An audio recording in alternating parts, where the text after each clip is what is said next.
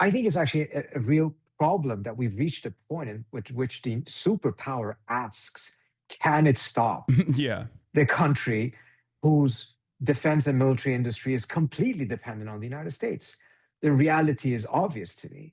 Obviously, the United States can. It's a question of whether the president is willing to pay the political price for implementing that and pushing through that, given the fact that there's going to be a lot of resistance. That's what the real issue is, not that the US cannot do it. Because if the United States actually says we cannot do it, which was exactly what the Biden administration proudly said, I mean, what kind of superpower are you?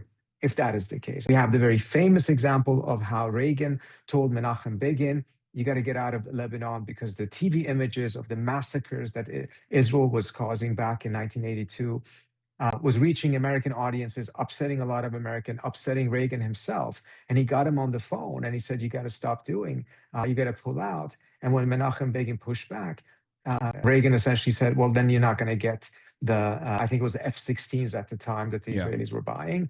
And, 20 minutes later, Menachem Begin calls back and says that we're pulling out. So obviously this can be done. I think that America getting a bloody nose in this situation is not necessarily a bad thing, but a good one, because I think it will force the United States of America to be a little bit more restrained in our endless endeavors of empire and imperialism.